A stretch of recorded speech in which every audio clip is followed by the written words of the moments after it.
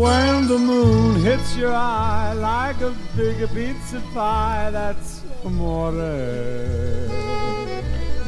Hey, it's the Sicilian Prince here. Welcome to my video on how to make chicken marsala.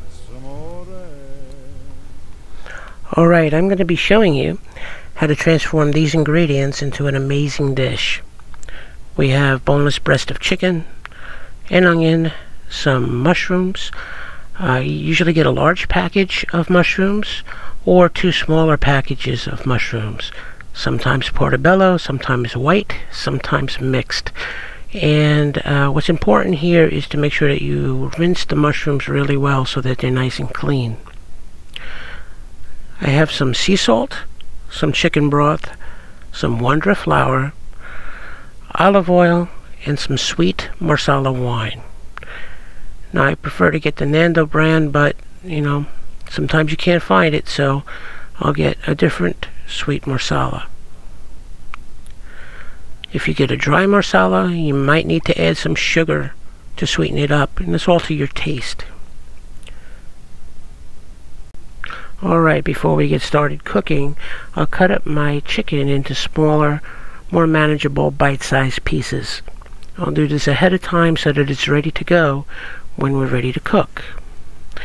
The very next thing I'll do is I'll get my large skillet and I'll heat it up some olive oil in that skillet and get it nice and hot.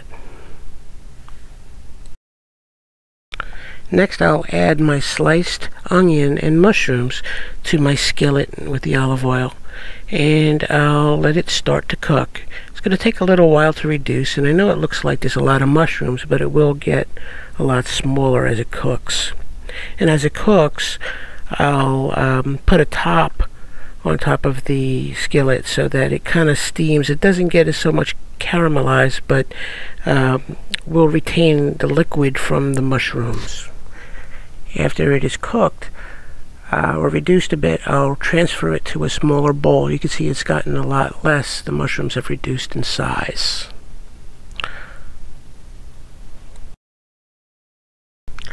Alright, so now we're going to be adding some more olive oil to the very same skillet, and we're going to be heating it up so that we can add our chicken to that skillet. And we've just added our chicken to the skillet, and we're going to start it cooking. What's important here is we don't cook it all the way through in this phase of the cooking process. It'll cook later more as we add other ingredients. And next we're going to add the mushrooms and onions and their juices back to the chicken as it's heating up, and we're going to get the whole thing nice and hot. Now during this part of the cooking process, the chicken will continue to cook more, and the juices from the mushrooms and onions will start to, steam, and everything will just get nice and hot together.